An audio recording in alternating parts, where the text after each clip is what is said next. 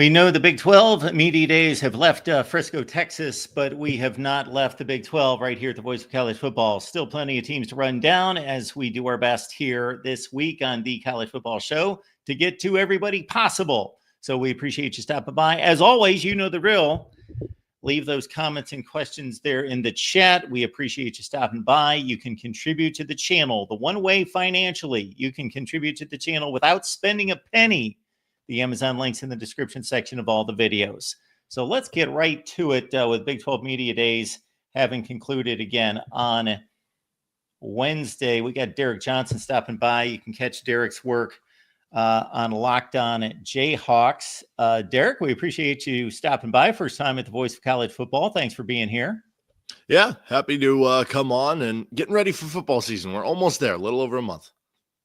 This team went 9-4 a couple years ago and garnished a lot of excitement that we haven't seen since 2007. A lot of that centered around Lance Leipold because of the work he did at Buffalo, and that he is now viewed as a program builder type that can come in and clean up messes and build. And the other portion of the excitement was Jalen Daniels, of course. Now he's entering a sixth year as a quarterback in college football, 14 touchdowns, 12 picks. So fun to watch most of the time, but the big mistakes and needing to gain consistency and, of course, stay away from injuries. Yeah, the injury bug was kind of the big question coming into last year, and he was able to make it through fully healthy. That's the good news for Kansas and Jalen Daniels. The bad news is, even though the health was fully there last season, the performance wasn't quite there. The first 5 games of the season were a little more up and down. He was getting acclimated with the new offensive coordinator. He had a little bit of rust to kind of shake off because he had some injury stuff during the offseason that prevented him from getting a lot of reps and opportunities with the team and the receivers. And the hope is that this year it's going to kind of put it all together, that the health was shown to be put together last year, that can carry over to this year. He flew out some of his receivers or all the receivers to California. That was something we learned during Big 12 media days and through with them that you kind of move the rust off. The offensive coordinator is a new offensive coordinator, but it's an old offensive coordinator because Jim Zebrowski got promoted to the job from quarterbacks coach. And so the hope is that those kind of 3 things merge together in a real way, that this is going to be his best season and that he's going to kind of go out on top at Kansas. Kind of connecting 2025 and what we expect to see and what we did see in 2024 was obviously a disappointing season, but a run in November that went right through the likes of Colorado, BYU, Iowa State, arguably the 3 best teams outside Arizona State in the conference. So was that simply what you just explained about Jalen Daniels kicking it in, or was it like, where did this team come from, or did some other things come into play? Maybe some guys got healthy that showed what this team was capable of. You know, it's funny because they probably, I shouldn't say they should have beat Arizona State. Like, Arizona State probably deserved to win that game, but they could have beat Arizona State in that game. They were leading with under 2 minutes to go, and then Arizona State marched down the field. But there were a few plays that, you know, if this goes their way, that maybe they do end up on top of that game, and then they would have beaten the top 4 teams in the conference, which is pretty crazy. There were no like health things over the back half of the season.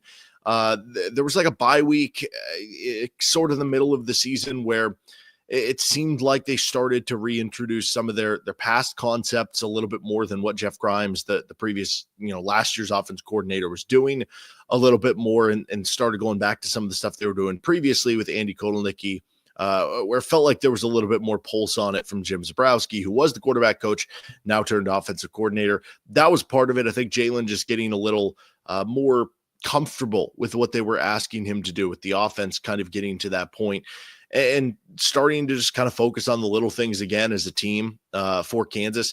This was always a team that was kind of better than their record over the course of the season. I mean, you mentioned some of the performances they had against some of the better teams, but it's a team who started the season 0-5 in 1-score games. And obviously they finished 1-5 because of the BYU game, but really it could have been 0-6. The TCU game was the game they were leading with, I think, like 2 minutes to go in the third quarter. They ended up losing just beyond 1 score. But if you're looking at games that are essentially coin flip games, they were 0-6 in them. And so if they go 2-4 in those games, if they go 3-3 in those games, the record is much different. They were a much better team than the record indicated last season. And that was kind of the case for, last year in which, okay, the 3 ranked wins showed that this team had a lot more talent, had a lot more ability than was necessarily the case. Even though you looked at it and like when they win the first couple of those ranked games, they're a 2 or 3 win team. We appreciate everyone stopping by, breaking down college football, of course, specifically the Big 12 this week. We got Derek Johnson here. Jackson, thank you so much for posting Derek's link there to his Locked On channel right there. You can catch him breaking down Kansas football and Kansas athletics every day. And we appreciate Derek being here. So Devin Neal moves on as the all-time leading rusher. Le'Shawn Williams comes in from Iowa. Also, Daniel Highshaw is a guy that some people are familiar with that catch the Big 12 on a regular basis because he was a main contributor. Talk about some of the other weapons that are going to be surrounding Jalen Daniels. Yeah, so Highshaw's the big one. He's somebody who was honestly splitting carries with Devin Neal in 2022, and then he has a dislocated hip injury, just awful injury. He had to get, ambulanced off in the Iowa State game that year. And then he comes back 2023. He shows flashes. Same with 2024, but kind of had to deal with some injury stuff over the course of the season. But he's got some awesome highlights. Powerful running back. If you want to go back and watch a fun one, he catches a swing pass. Go look Kansas Duke, Daniel Highshaw. That's a fun one to go back to watch. This dude is, I think, set up to, as long as he can stay healthy, have 1,000-yard plus season. But I think LaShawn Williams is somebody who's going to get a good amount of run. I think they feel good about the running backs. They've recruited the position well over recent years too. It's not Devin Neal, but I think it'll be good enough to be successful there, especially with what you have seen this staff do, whether it was at Buffalo and now at Kansas at that position. The receiver position is a really interesting one because they lose 3 starting receivers, and it's not just starting receivers. It's 3 starting receivers for really the last 3 seasons for Kansas. And you go from having all that continuity, you go from having the guys who know the offense and who are good intermediate route runners and good contested catch players. But now you go into a group of a lot of new transfers into the program, and Emmanuel Henderson is kind of the guy leading that charge. He's a former top 100 recruit, goes to Alabama as a running back recruit, moves to receiver, gets, kind of behind in the depth chart to guys like Ryan Williams, for instance. But then he has that big catch against Georgia, and, he doesn't have like a huge statistical season, but you can kind of understand being behind some of the guys there. Now he comes to Kansas, and he's kind of expected to be the number 1 receiver. You're seeing the speed in some of the offseason practices. Like, he seems like somebody who can be an absolute stud for KU. And so I think there's going to be a little bit more juice, a little bit more speed on the outside than some of the previous years that this team has had. There's going to be a little bit more uncertainty in terms of what given level of production you have coming back. But I think the ceiling might actually be higher at that position. So it'll be interesting to see Jalen kind of throwing to those guys. And running back, yeah, like I said, I don't think it's Devin Neal, but I think still feel good about the position. Got our guy, Ed Rogers, jumping in the chat. Before we look at the defense, we'll throw this one at you, Derek, because it seems as though in the Big 12, what makes it fun is if you're just looking for a football game to watch and you just arbitrarily want to find one that's going to be close and you don't know who's going to win, you might as well just watch a Big 12 game, number one. Number two is this gives hope where every other conference, there is this kind of generated, false hope that everyone has, just thinking, I want college football to be here and I hope my team, fill in the blank, Purdue, Wake Forest, whoever can compete. But truly in the Big 12, almost everybody can say, you know what, why not? Yeah, and I think Arizona State, because of that, if you ask that same question, can blank team from the Big 12 make the playoffs? I think you would have to answer yes. Arizona State was picked last in the Big 12 last year, and they end up winning the conference and nearly beating Texas in the college football playoff too. So you look at it too, again, we go back to last year, Kansas beat, if you look at the top 4 teams in the conference as being Colorado, BYU, Iowa State, and Arizona State, Kansas beat 3 of them. And they were leading with under 2 minutes to go against the other one in Arizona State. So from that perspective, Yes, I don't think it is outlandish to say that as much as it would have been, maybe 4 or 5 years ago. You look at the schedule too for Kansas, like one of the good things for them, they're avoiding Baylor. Baylor is a team that traditionally, they just, for whatever reason, have not been able to beat Baylor. Well, they're off the schedule. Okay, Utah is seen as one of the other top teams that could be really good this year in the Big 12. The good news for Kansas, that's a home game. That's going to be senior day for Kansas. So they're going to be amped up. They're going to be juiced up for that to be the case. They've beat Iowa State 3 straight times now. They get Kansas State at home this year, which that'll be nice with their new stadium, and they get it coming off a bye in which Lance Leipold and company have done well off of the bye. Their conference opener against West Virginia comes after a bye week. So you look at some of the things that I'm not expecting them to make the college football playoff, but I don't think it's outlandish to say that they could either. Derek, the defense was pretty bad last year, 75th in total defense or scoring defense, 92nd overall. But I see we're 7 of 8 coming back along the defensive front. Dean Miller's a really good player with 6 sacks. How do you check out the defensive side here? Really interesting with the coordinator change too. DK McDonald comes in for Brian Borland, and it felt like the defense, kind of maybe took a slight step back last year, kind of plateaued from where it was the season before. But now you come into this year with the new coordinator, and the beauty of DK McDonald, he comes from the Iowa State kind of coaching tree, I guess. He was a defensive backs coach for the Cyclones with all those years under John Heacock. They're having success. Then he goes off to the Philadelphia Eagles. He's a DB coach, then comes to Kansas, learns the program, the system, Lance Leipold for just a brief time, and then he gets promoted to defensive coordinator. You look at Iowa State, I mean, that is, if you're talking about what is the bar of defenses in the Big 12, Iowa State has consistently been one of the best defenses in the conference and really, frankly, the country for the last, 5, 6, 7, 8 years, to where having that matters, I think, to me a little bit in terms of, what can you get schematically from an improvement there from the defense. And then, you talk about the defensive line, having Dean Miller back, having Justice Finkley, a transfer in from Texas at defensive end, Alex Bray, a transfer in from Illinois. And then the defensive tackle spot, I think, is the spot that they feel the best about on the defense. They feel like they're 5 or 6 guys deep, that it's going to be a good rotation of guys that, we'll see if one guy breaks out to being like an all Big 12 level player, but just at the very least that they'll have 5 or 6 guys they could constantly rotate there. The linebacker core, that's been an issue for Kansas in past years. Like J.B. Brown was really good the past couple of years. Cornell Wheeler before injury was pretty good for Kansas, but they've had either injuries there, a lack of depth, or, a lack of talent. And this year they just hammered that in the transfer portal. And they feel like this could be their best linebacker core since they've been here. So I think the front 7 is going to be the strength of the defense. The back end is where there's more questions because you lose Kobe Bryant and Mello Dotson. At the same point in time, they've recruited those positions well. They've brought in some interesting transfers that if the front 7 can be better, if you're in more, 3rd and 8s, it's going to make the back 4 even better, back 5, right? And that's also where I think McDonald comes into play of being this guy who has all this, success coaching defensive backs. And when you think of Iowa State specifically, where he came from previously from the college ranks, like they've had so much success with defensive backs, whether it's guys getting drafted or just success as a passing defense.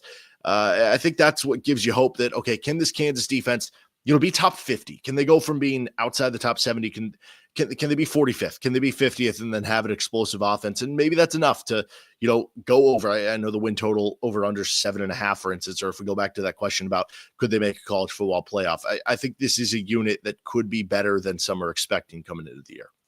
Derek Johnson here breaking down Kansas football. Catch him on Locked On at Jayhawks. The link is in the chat, and you've got Derek's X/Twitter handle right there on the banner. You can follow him right there. Before I let you go, Derek, I'm curious to get your thoughts on 2 big lightning rod personalities in the conference, because for me, I'm a college football nerd. I've been covering the sport for 30 years. So I know Oklahoma State history and Kansas history, and they're all very distinct programs. But I think across the nation, maybe the league has become kind of like, oh, it's just a bunch of 8-4, 7-5 teams that are not elite. But there are 2 very important figures in this conference that may distinguish it. One would be Brett Yormark, because he's the most vocal of the conference commissioners, and he's very innovative. And just your thoughts about how he has taken over this conference and how he is leading the conference. I think Brett Yormark in a lot of ways has done, really good work. It felt like for so many years, the Big 12 was always reactive as opposed to proactive. When they were under Bob Bowlesby and stuff, it was never really trying to get out on the forefront of things. Now it feels like with Brett Yormark, they're constantly on the forefront of things. And that could be college football realignment. That could be, doing some, weird thing with, I don't know, the WWE or with, playing games in weird spots, right? I do think there's sometimes where I'm like, okay, that might be going a little bit too far. I do think there's sometimes where with Brett Yormark, it gets a little too crazy. It gets a little like, that seems unnecessary. But I think for the most part, it's something that the Big 12 needed and has needed for a while. And especially if you're in a situation with where the Big 10 and the SEC has gotten, I think it's important to have something a little bit different and to have somebody who is going to be very vocal and kind of speak up for your conference. So I think it's been a good thing overall for the Big 12. But yeah, there's that occasional moment every now and then where I'm like, wait, why are we supposed to play a college basketball game between Kansas and Houston and Mexico City and just some stuff like that where you're just kind of like, okay, what are we doing here with the Big 12 tournament and stuff like that. But overall, yeah, I think it's been a big plus for the Big 12. You might have mixed response to the next big personality, and that's Deion Sanders.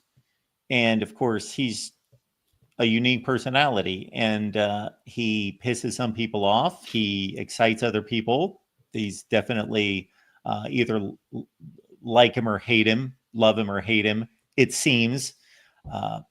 But he's ignited that football program, certainly. And by extension, certainly maybe the rest of the Big 12, because he does get the best TV ratings. Now, I don't know if he's going to be able to sustain that unless he can sustain the winning from last year without his two best players. But just your thoughts about the way Deion Sanders conducts himself and runs a football program. I honestly don't have any problem with Deion, and I think the fact that you're talking about Colorado being nationally relevant again, being ranked last year, being a team who's winning all these games, like I think that's good for Big 12. I think that's good. I mean, for anybody who watched college football in the 90s, like Colorado was a mainstay, the 80s and the 90s, and so I think it's a good thing. I think it's a good thing for the Big 12, honestly, which is a good thing, therefore, for Kansas, because what's the saying? Rising tide raises all ships or whatever.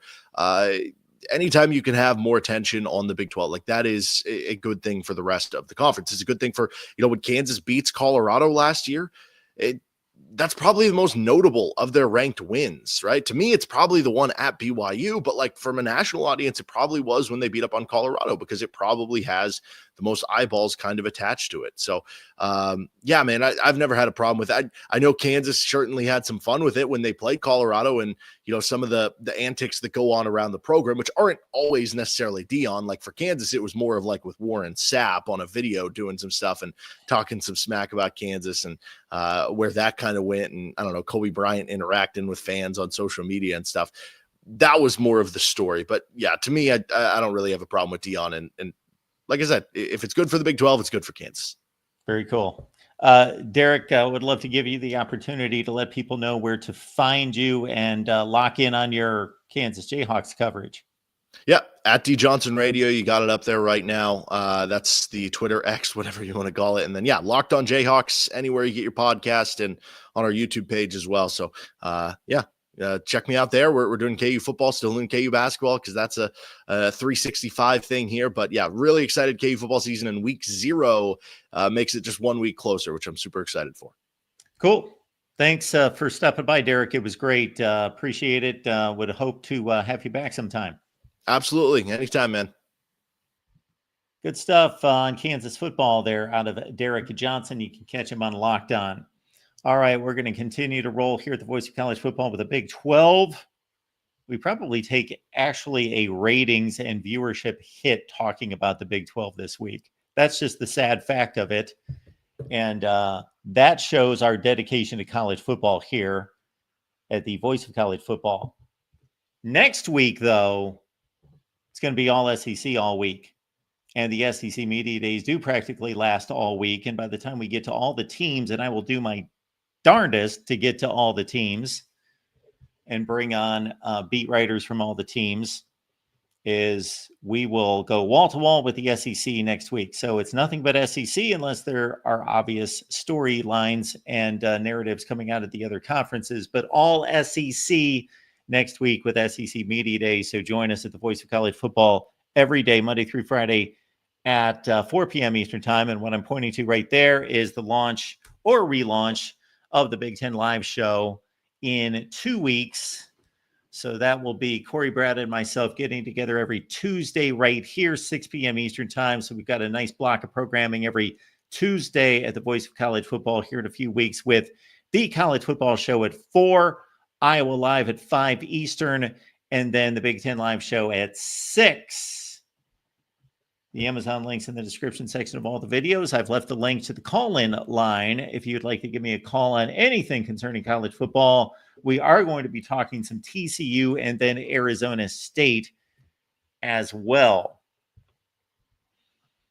What I had planned to do on Saturday was crank up the national championship reset.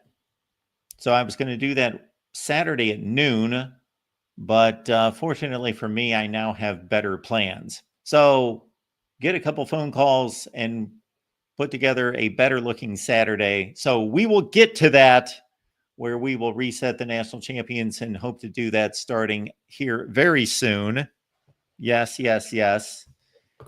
And my goodness, just way too much going on here at the network and with other things to keep it all together right now. My head's spinning. What can I say?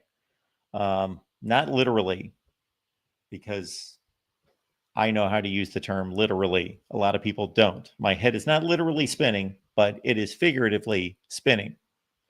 But that's a good thing because that means we got college football coming, and we've got TCU and Arizona State on tap. So if you've got any TCU or Arizona State questions, please leave those in the chat.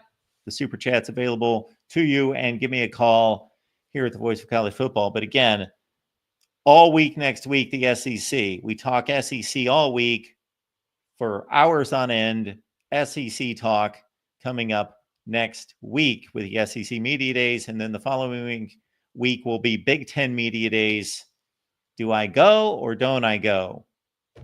That may come down to like travel arrangements and hotels and flights, and is it worth it? So all these things that you don't get from other shows where I actually vet these things out just right in front of you.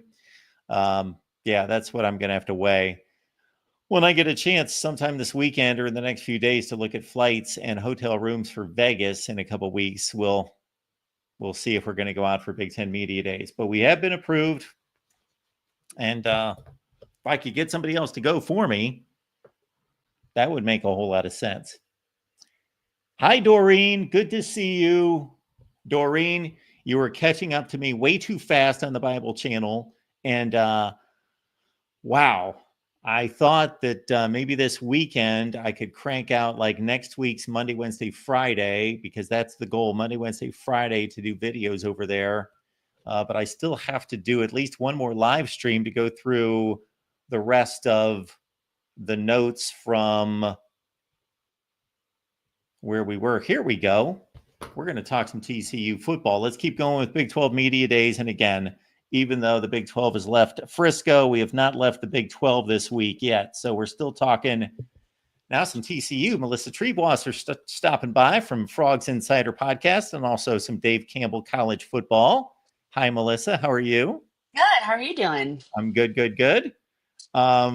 Let's dive into TCU. I did not get a chance to check out what they had to say, but I'm going to start with this. You've seen a lot of dynamic quarterback play at TCU. You've seen Josh Hoover now for a decent amount of starts. Is he up to snuff? Is he a TCU type quarterback? Is he a TCU type quarterback? 100%. Absolutely. He checks all of the boxes. Is he a Kendall Briles, Sonny Dykes ideal, how you would take it out of the lab quarterback? No, only in the sense that he doesn't really use his legs. Like, I think they'd certainly like a little bit more mobility out of that position, especially when you look at how bad the run game has been, frankly, the last, season or so. But when you think about what you want leading your football team, you have a guy who turned down a multi-million dollar offer from Tennessee to come back. He is among the most has some of the most yards. He had a 4,000 yard season a year ago. He's committed to the program. He can make all the throws. He's very accurate. If he cuts down on his turnovers, which we saw him do over the second half of last season, he can be an elite college quarterback. There's no question in my mind. We've seen enough of that to believe it. I just think that he has a little bit of growth to do. And he went through his first ever spring ball as the starter this past year. He dealt with injuries the year before. So I think he's progressing at a really appropriate rate. And there's no reason for TCU fans to not be excited and to believe that they have a top one, two, or three quarterback in the Big 12 this year. And that really is saying something. This conference is loaded at that position. All right. Well, was there anything stated this week, Melissa, beyond the typical coach speak, player speak that stuck out to you that you think was meaningful? Well, I think that the biggest question for TCU fans kind of comes at the offensive line and the running back positions. And we talked to Colton Deary, who is going to slide back over to center this fall, and just kind of what he's seen as he enters, I think, year three on the campus, and as he really takes over leadership of that group. This is probably the deepest offensive line group that TCU has had since Denny Dykes arrived in Fort Worth. And I think depth at that position is going to be really, really critical. It also is maybe the biggest pound per pound that they've had in Fort Worth. And so that's obviously critically important for establishing the run. And then they bring back some guys that showed some flashes and had some good ability. And Nate Palmer, they went and got Kavorian Barnes out of UTSA, kid that was electric as a true freshman, and then kind of fell off his sophomore year. Trent Battle comes back, and I'm forgetting somebody, and it's really going to bother me that it just slipped my mind. It'll come back to me in just a second, but Jeremy Payne, that's the other one. So you see some talent, you see some opportunity. I kind of pushed Sonny Dykes on that. I said, you didn't really do anything to change this area that was really bad for you, that you needed Savion Williams to bail you out. And he pushed back and says, I think we made a lot of changes. When you look at what we did up front, the offensive line, the guys that get back healthy, and you look at the way that we've constructed this running back room, he's very confident that this will be a strength, not a weakness for the team this year. So I'm looking at the wide receiver core. And again, TCU always brings to mind certain aspects, characteristics of a football team that's really unique to TCU in football. So there's typically an NFL body guy that is just a freak athlete that can square guys up, 50-50 ball kind of guy. Do they have those kind of athletes? Let me talk to you about Eric McAllister. That is a well-built wide receiver one. I was so just seeing him in person. He was there representing TCU as a part of media days. He is very tall. He is thick, and he's got great speed. And we saw, when teams really focused on taking away Jack Besh, when Savion Williams was kind of in the backfield, that gave Eric an opportunity to split out and take on more of that ownership and leadership. He had 8 catches for over 100 yards in the first half of TCU's bowl game. Now, look at the competition, look at the bowl, whatever. But at the end of the day, this kid looks like an NFL prospect. He's shown flashes of being able to be an NFL prospect, and he told us that his goal is 1,400 yards, which is a very lofty goal, especially when you look at how TCU likes to spread the ball around. But Josh Hoover is very, very comfortable with his chemistry with Eric McAllister, and Eric McAllister certainly has the physical traits and has shown the ability to be an elite wide receiver. The great aspect of that is he won't have to do it alone. I think his 1,400 yards is a little ridiculous, not because I don't think he's capable, but he's got great talent around him. They've really built that room. You don't replace 2 NFL wide receivers, that easily. But Jordan Dwyer comes over from Idaho. He is a super elite talent with great speed. They brought in Manjack from Houston, a guy nobody's talking about, but I'm on board with this kid just because his 4th of July Instagram post, he had shaved TCU into his chest hair. That told me everything I need to know about how good of a college football player he's going to be. So, but he's really steady. He can kind of take that JP Richardson role. And there's a true freshman that if I don't mention him, Jeremy Clark from 247 Sports will hunt me down. His name is Ed Small. This is a kid that is a day one true freshman, can play wide receiver. He will get snaps. both at wide receiver and likely in special teams. He is very mature, both physically and mentally, runs incredible routes, and is kind of reminds you of some of those slot receivers Sonny Dykes has had in the past. So I think that you know, Jack Vesh is super elite. He's a very special talent, a very special human being. Savion Williams was a jack of all trades. There's enough talent in that room to cover for the fact that they lost that level of talent. Even if you don't necessarily, I think Eric McAllister is going to be great, but even if he's just, two steps better than he was a season ago, I still think there's enough talent for this passing attack to be the best in the Big 12. Okay. You've sold me on Josh Hoover, an upgraded running back room, freaks at wide receiver. I know we haven't gotten to the defense, but it was decent last year, 45th nationally. So before we get to defensive personnel, like there's always hope in the Big 12. There's hope for everyone, but there certainly should be hope for this team to make a run. Listen, this is the thing that's so hard about this season. And I see Ed is asking TCU's better than Kansas this year. Yes, I will 100% say TCU finishes above Kansas. The problem and the awesome thing about being a fan of a school in the Big 12, being someone that covers a school in the Big 12, at the end of the day, this TCU team is likely better than last year's TCU team that won 9 games, but could very well finish with fewer wins. The schedule is brutal. Now, the schedule looked really brutal. Sonny kept talking about it at media days, going to Utah in October. Everybody chalked that up as a guaranteed L. TCU went and won that game because Utah was on their 17th string quarterback. Like these things happen. It's college football. So on paper, you open at UNC. So you get the circus that you have with Colorado and Prime a couple of years ago with Bill Belichick. You've got to play SMU for the final time on the schedule. I think it's going to come back, but right now it's the last time, and they kicked TCU's absolute booty a season ago. I want to use a stronger word than that, but this is the family show. And then your reward for getting through SMU is you go on the road for a Friday night game at Arizona State, who made the college football playoff and gave Texas everything they could handle. So that's just September. So the schedule is really difficult. You have to go on the road to BYU. We don't know what they're going to look like with their quarterback situation. You have to go on the road to West Virginia.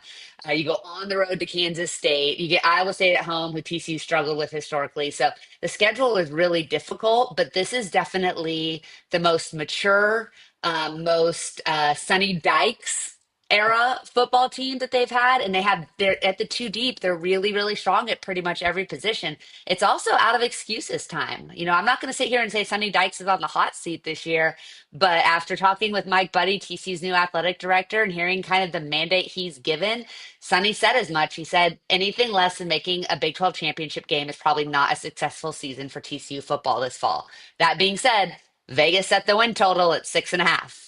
So I think people are high on TCU and what they're capable of. But when you look at, you've got it up here right now, when you look at that schedule, it's going to be an absolute meat grinder this fall. Anybody who schedules 2 Power 5s in non-conference play, they have my utmost respect. So I love that trip to North Carolina, of course, and all the fanfare. And you're going to be there, right? Oh, yeah, my flight and my hotel are booked. Yes. Okay. And then, like you mentioned, the SMU game where they gave up a zillion points last year against the Mustangs. And then right into Big 12 play, which this is the only conference where I hesitate to say, well, this is the tough stretch and this is the easy stretch and all that, because we know what we've seen the last few years. But I think, I got a pretty good gauge that Kansas State's going to be one of the best teams in the conference. And for sure, they're one of the certainties. But yeah, Colorado right out of the gate after Arizona State, and then Kansas State, and people love Baylor this year. Sawyer Robertson. I mean, to me, it comes down to Arizona State, Baylor, and TCU. When you look at the top quarterbacks in this conference, and Noah Fafita's a guy who was a Heisman candidate for a portion just 2 seasons ago. So, Baylor, at least it's in Fort Worth this year. That Baylor game went down to the wire a season ago in Waco. You get him in Fort Worth, but Sawyer Robertson has a lot of positive buzz around him, and he should. He's great.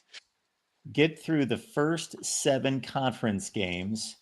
And then again, we're not saying this for sure, but Houston and Cincinnati should be the light touch on the schedule. And we lost to Houston at home last year. So yeah, that was a surprise. You were like a 2-touchdown favorite in that game. Wake-up call. That was a wake-up call for that team. Iowa State, Rocco Beck is really good. Like he's another one that's one of the elite quarterbacks in this league, but you get them in Fort Worth.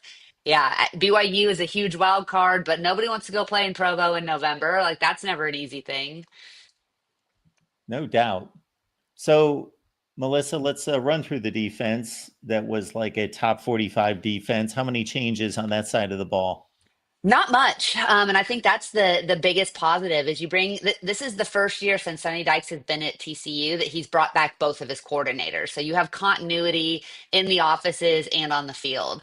You also, because of the all of the rulings and the settlements and the rules that change every other week, you got back three really important pieces. Bug Clark is able to play an additional year at safety. He is going to be the quarterback of that defense. He's a high IQ player that had NFL aspirations, but because of NIL, because of the opportunities, is a guy that was able to stay in Fort Worth and play one more season of college football. That is a giant win for TCU. In the middle, you bring back another big win in Namdi Obiezar.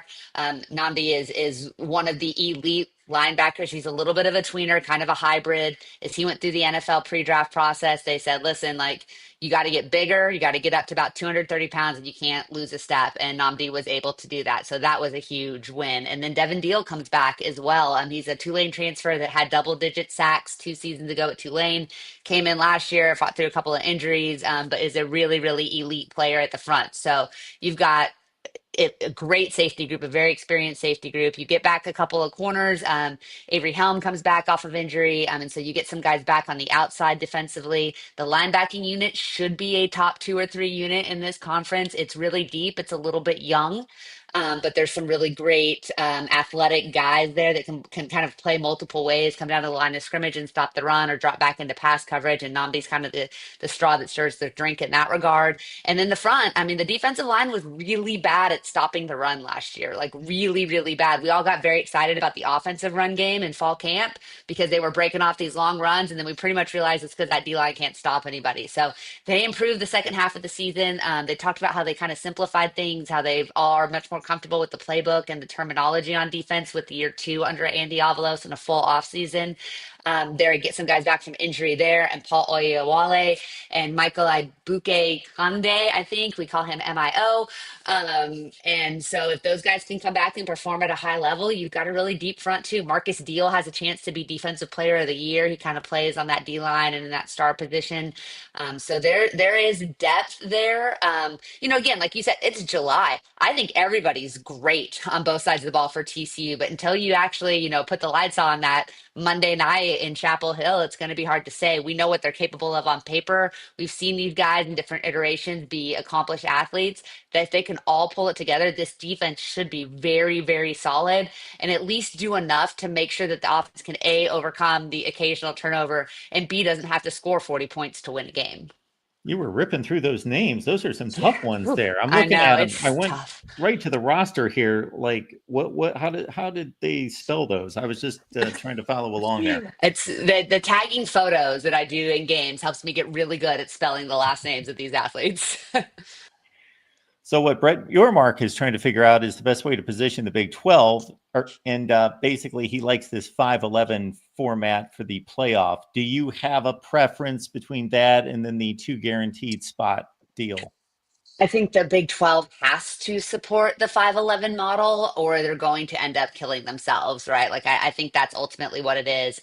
Brett Yormark he has absolutely been the right leader at the right time for this conference and he's been the one that kind of gets it, right? Like, he sat up there during Big 12 Media Days and praised the parity of this league and then also said, but we also understand we need a couple teams to rise to that elite level. He didn't say this, but it kind of, what I took from it was, we don't have Texas and Oklahoma. Can we have teams that can rise up and be those types of teams that can be those flagships? And my instinct from talking to people around the Big 12 and around the conference, TCU is one of those teams that needs to be that. There's a lot of pressure on this organization to be successful, both internally and externally. They can be a flagship school. They're in DFW, right where the offices are located.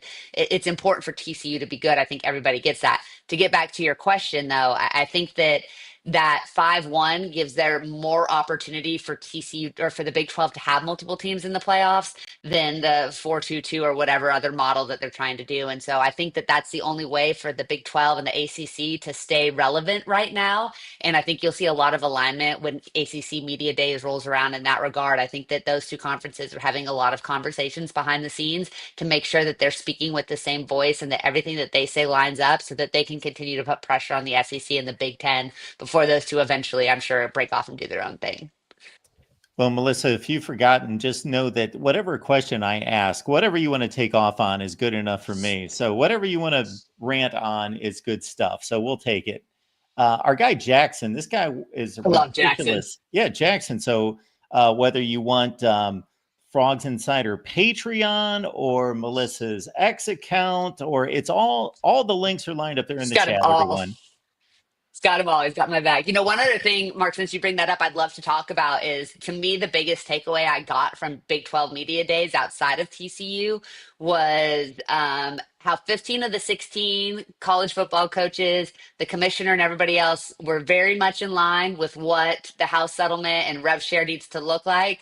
And then there was Joey McGuire in Texas Tech. And I saw somebody talking about how the rest of the Big 12 is jealous. I don't think that's what it is at all. I think what they're trying to do is build a sustainable model going forward. And it was really interesting to see all of this talk about everyone needs to follow the rules, everyone needs to be in line. If we're not all on the same page, we're all going to suffer. And I think it all comes down to what Texas Tech has been doing to kind of try to see how they can, I'm going to say, maximize the opportunity to, to have a big roster. And it's not just Texas Tech. This is obviously happening places like Ohio State, Miami. I'm sure there are other schools as well that are finding ways to kind of go over the salary cap, so to speak. But there was a lot of talk, and if you go to my Twitter or my YouTube, I've got an interview with Sonny Dykes up there where he talks about why it's so important for the conference to be aligned when it comes to rev share and what they're going to spend on. And Tech is certainly the outlier right now, and it sounds like the rest of this league is kind of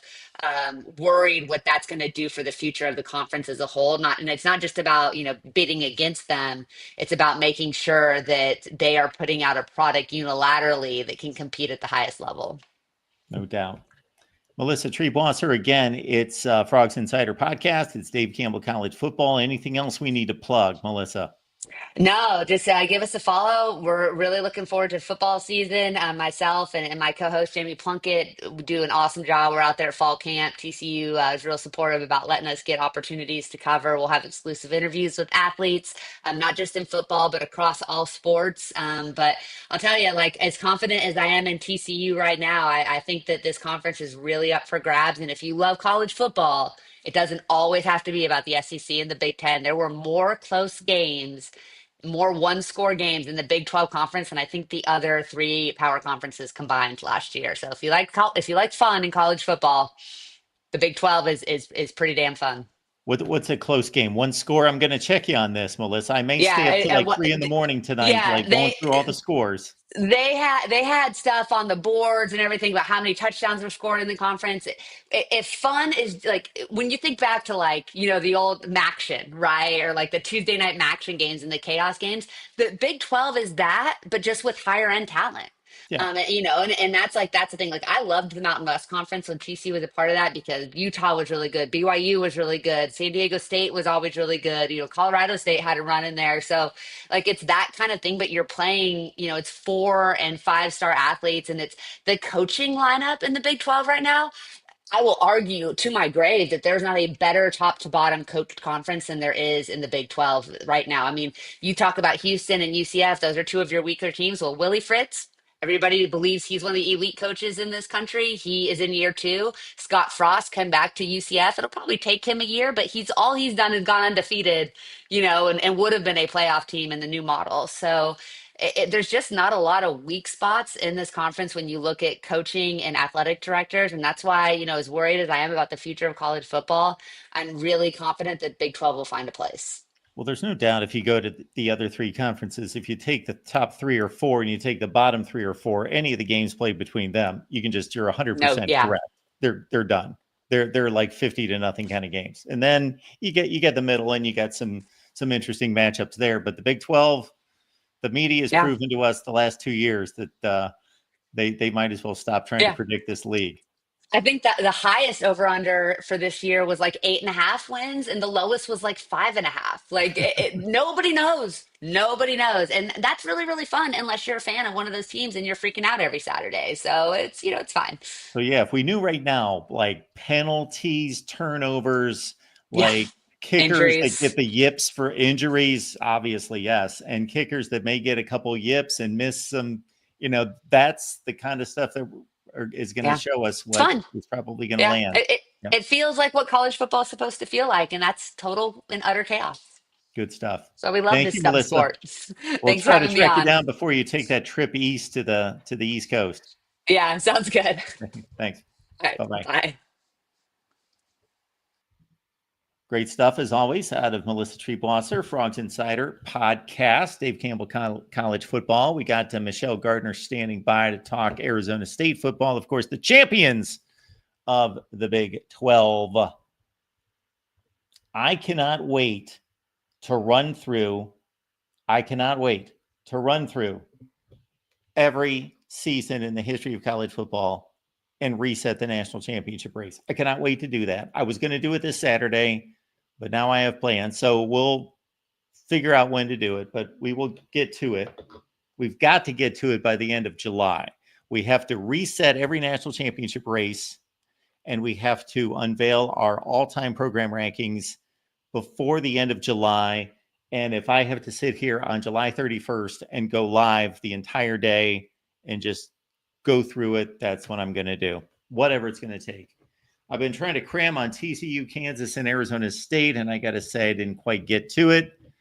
Too much going on, too many meetings and so forth this afternoon. So that's why we have the guests on to help me get by. We've left the call-in line there in the chat. If you'd like to stop by, talk some college football with us.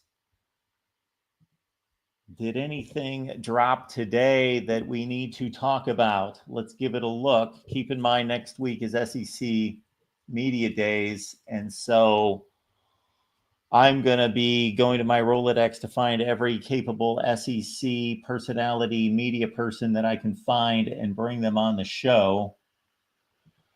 So if you have any suggestions, if you have any requests of guests that you would like to see connected to the SEC for next week, let me know. And don't necessarily expect that I'm going to be able to reel them in, but you know who's going to be able to reel them in? You, all of you. If you want to see somebody hear the voice of college football, then all of you just pile on and send out all sorts of tweets and social media posts to reel them in.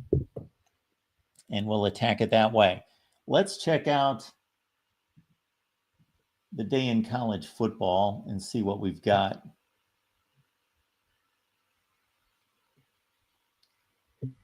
Top-ranked football recruit picks LSU over Texas A&M, which reminds me, tonight, 8 p.m. Eastern time. So on the move, typically Wednesday night, 8:30 Eastern time. This time around this week, because Leanne was covering Big 12 Media Days. Leanne Herring and myself, Friday, which is tonight, 8 p.m. Eastern time on the move. So we will dive into this one, I'm sure.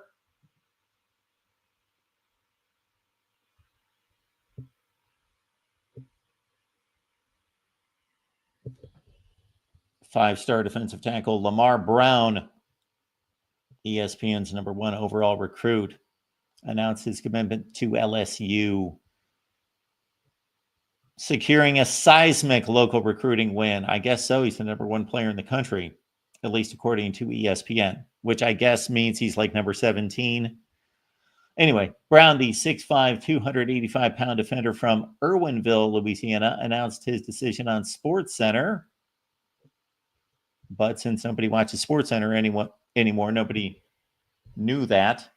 But he announced just 1 mile east of Tiger Stadium. So maybe that was a clue. Brown chose LSU over Texas A&M, Miami, and Texas following official visits with each program this spring.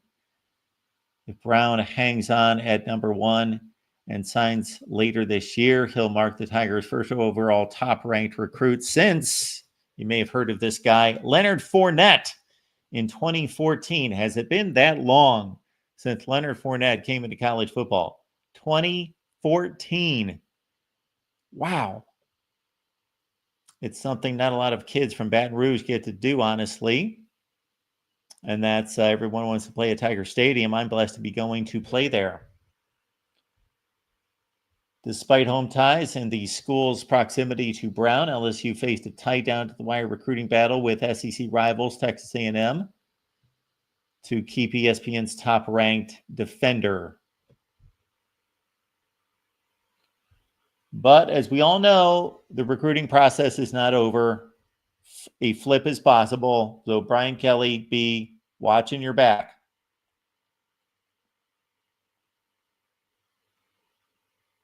The Aggies hosted Brown at least 8 times since last June. And Texas A&M head coach Mike Elko and his staff made routine trips to visit Brown across his sophomore and junior years at University Lab.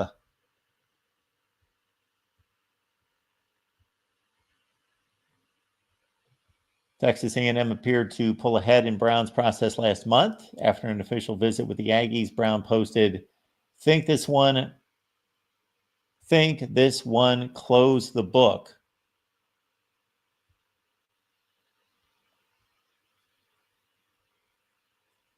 We are teaching grammar at these schools, correct? Are we? Anyway, Brown later rescheduled the official visit with the Tigers. Weekend that ultimately swayed his decision to stay close to home. Second 5-star for LSU. Set to become the Tigers' first top 5 signee since Harold Perkins. Brown now joins 5-star wide receiver Tristan Keys atop the Tigers' 2026 class. Settles in alongside defensive end Trenton Henderson, defensive tackle Richard Anderson, leading a defensive class that also includes pledges from safety Aiden Hall and cornerbacks Havon Finney, Dylan Purder. None of these names mean anything to me, so we might as well move on. I doubt if they mean much to you, but they're a lot of very highly rated high school football players that LSU has signed or received a commitment from, I should say. And say what you will about Brian Kelly, and we all have fun knocking around BK, but he is bringing in the talent. I got to say that. I would love if you could follow one coach. Let me know in the chat. If you could follow one coach and spy on that coach going into recruits' houses, speaking with them face to face, and also see them on campus when there are official visits, who would that coach be? Because I would love to see the contrast of Deion Sanders, who obviously doesn't go on the road to recruit anyone, but the players come to visit him in Boulder.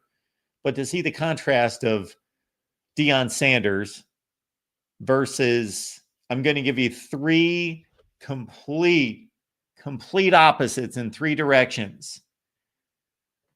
Deion Sanders, PJ Fleck, Brian Kelly. Those are the 3 guys that immediately come to mind as being completely from a personality standpoint. Now, there are obvious connections between PJ and Deion, but there are also very great differences between those 2. And then you got Brian Kelly, who's on the opposite end of the spectrum. So I just, it's difficult for me to envision. And Brian Kelly can run a football program. If you just had somebody who ran the nuts and bolts of the football program, but he could instantaneously change personalities, I might want Brian Kelly to run my football program because he knows what he's doing, no doubt. But it's just, from the standpoint, it's just difficult to see him connecting with a 17-year-old. And maybe I'm shortchanging Brian Kelly, but it's just difficult for me to foresee that. And we do have a late changing program note.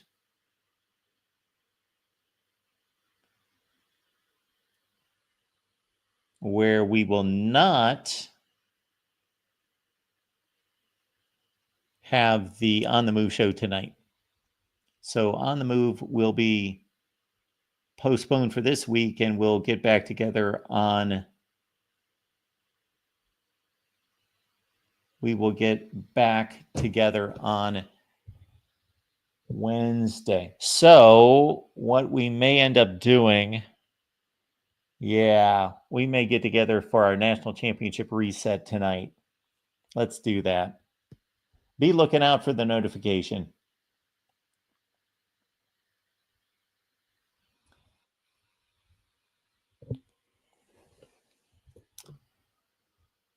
And to wrap up coverage of Big 12 Media Days this week, it's apropos that we conclude with the champions. So, of course, Arizona State rose from the ashes of 3-9 and 3-9 in back-to-back seasons to, of course, capture the championships this past year. We got Michelle Gardner stopping by from the Arizona Republic to break things down for us. I think Michelle is ready to roll. Michelle, how you doing today? Michelle, can you hear us? Hey, Michelle, can you hear us?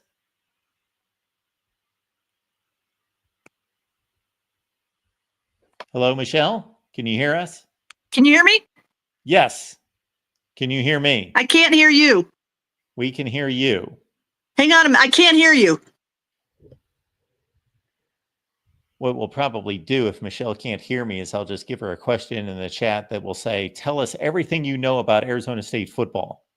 That's what we'll do.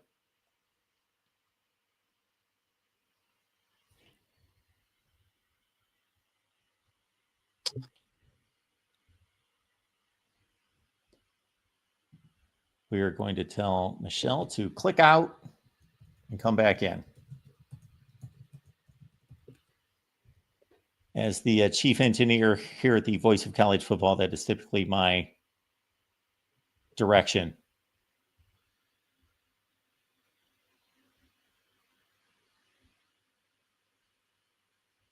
You hear me? Yes. Oh, now I can hear you. I just had to go to my. I just had to go to my settings and change the volume. There we go. Perfect. It's always something. How you doing today? Oh, I'm drained. I'm not supposed to be drained before the season starts, you know? Well, you give us your best 15 minutes and then you go take a nap or whatever is going to refresh you. No, I'm good. I'm taking next week off. It's going to be my last vacation week. So, okay. Media Day was just, I wrote 7 stories and did 7 videos in 2 days. Wow. So it was just the last thing you wanted was to hear from us. No, that's okay. You guys are always good. So, Michelle, the one thing that stands out to me that I heard Kenny Dillingham say was that basically he really downplayed their accomplishments last year. He said, that's great and all, it's all fine and good, but basically, unless you can sustain that, it doesn't mean much.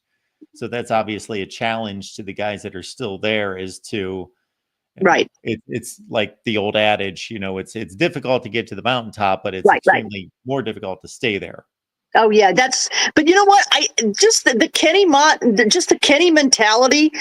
I don't think they're going to have a problem because these players, as much as they kind of finished at the top, but they're also pissed off because they should have beat Texas.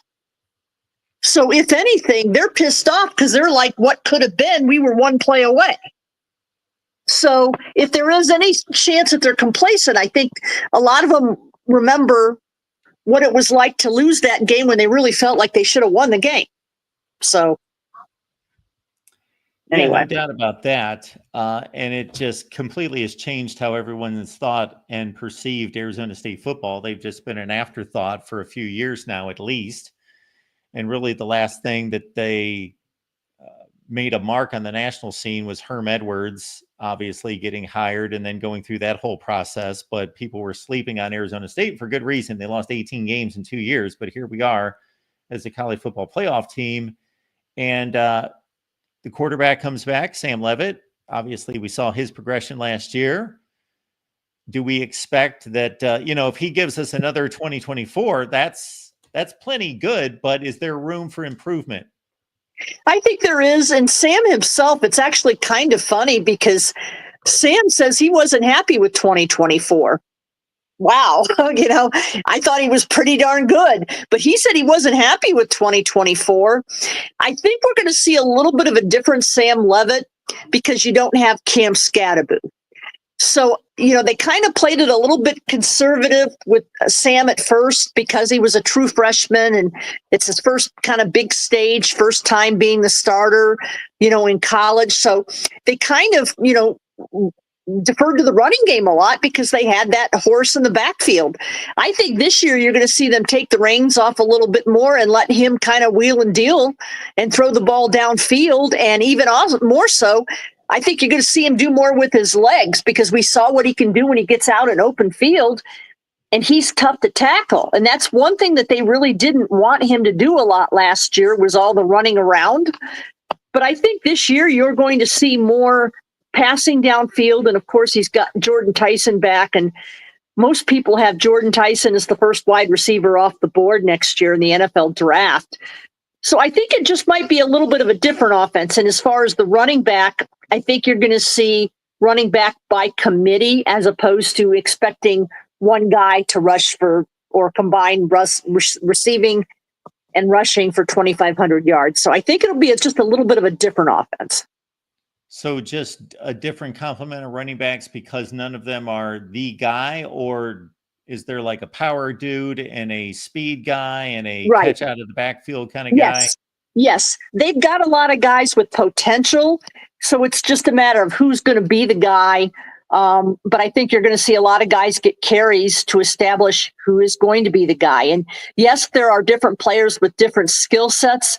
I think Raleek Brown has great potential. He's kind of the shifty speed back, very small but dynamic. And he was out with a hamstring injury all of last year.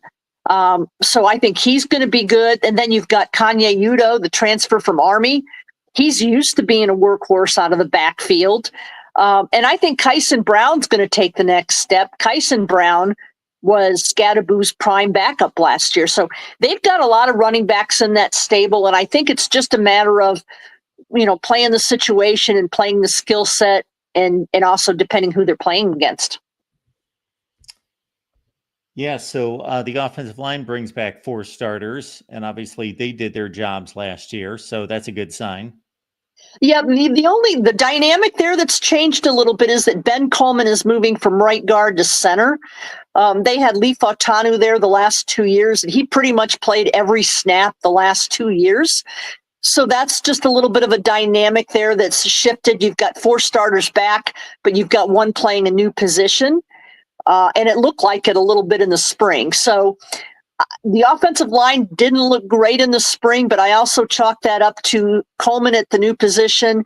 They had a couple of linemen that did not participate in spring due to some offseason injuries and whatnot. So I think the offensive line just didn't look great in the spring, but I don't think it's anything to be concerned about.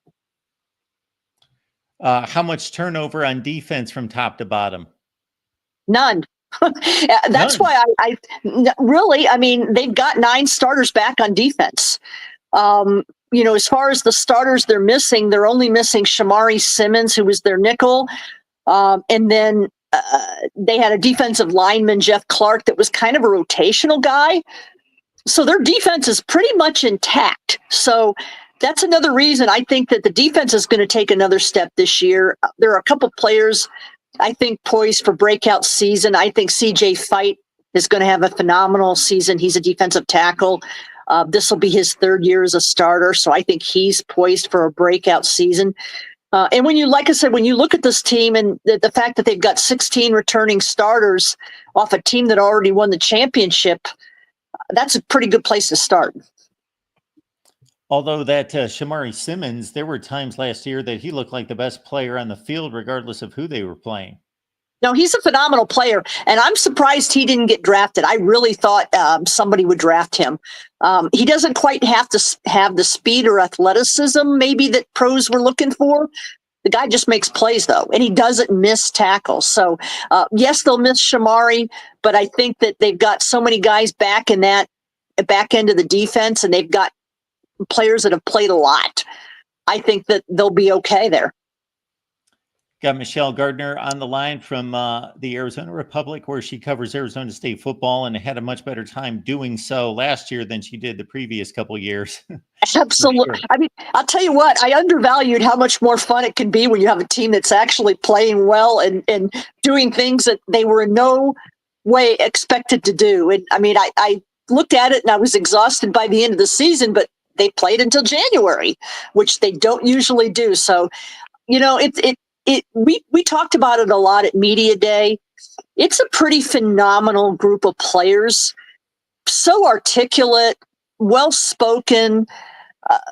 You know, I thought, you know, at these media days, you can be pretty talked out when you've been answering the same questions for 7-8 hours, but the players were just delightful, and they were as charming and engaging at 4:00 as they were at 9:00 in the morning. And not all teams are like that. And the one player I'll say might be one of the best players I've ever interviewed is Ben Coleman, who I previously referenced. He's their center. Just a phenomenal, articulate. I mean, he's got 3 college degrees at this point.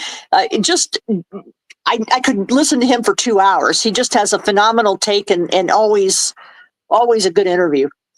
Interesting.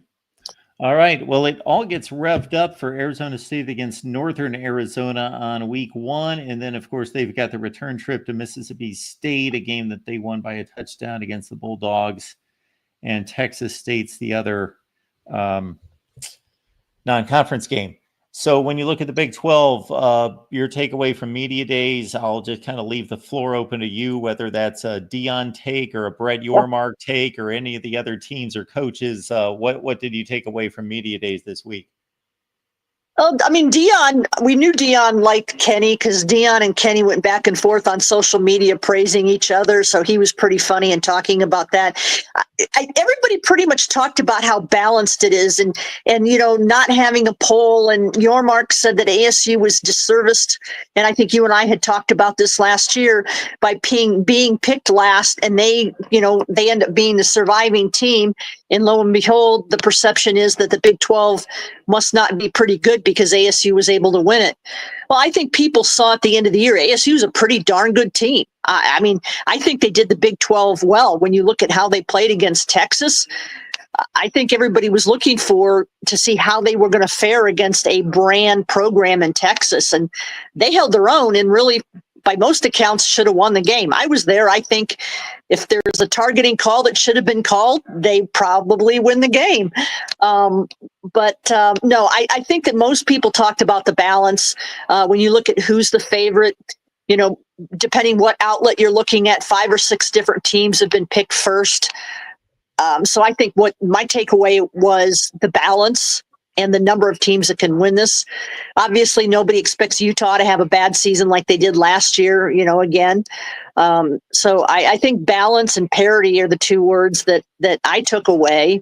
And I think every game is going to be a good game. And when you look at ASU's schedule, it's not an easy schedule. They go to Baylor for the first game, and they've got to play at Iowa State in November. And they're playing at Utah this year. So schedules, I don't think there is a gimme game in this conference because you just don't know. I think we saw that last year. No doubt about that. Michelle, we appreciate you stopping by. Everybody check out Michelle's work. You see her Twitter handle right there. Arizona State coverage there with the Arizona Republic. Good to see you, Michelle. It's always good to be with you, Mark. Thanks, Michelle. Have a good one. Okay, bye. All right, there's your take this week on the Big 12. We hit on Arizona State, BYU, Cincinnati, Kansas State, TCU, Kansas. Who am I forgetting? A few other ones. Oklahoma State.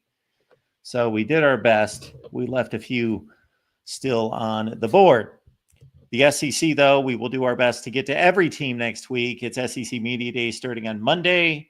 And so we will be here at the Voice of College Football to break down the SEC all week next week. And now that we have needed to cancel the On the Move show for tonight, I believe I'm going to come back and we're going to go to work on national championships. Be looking out for that notification.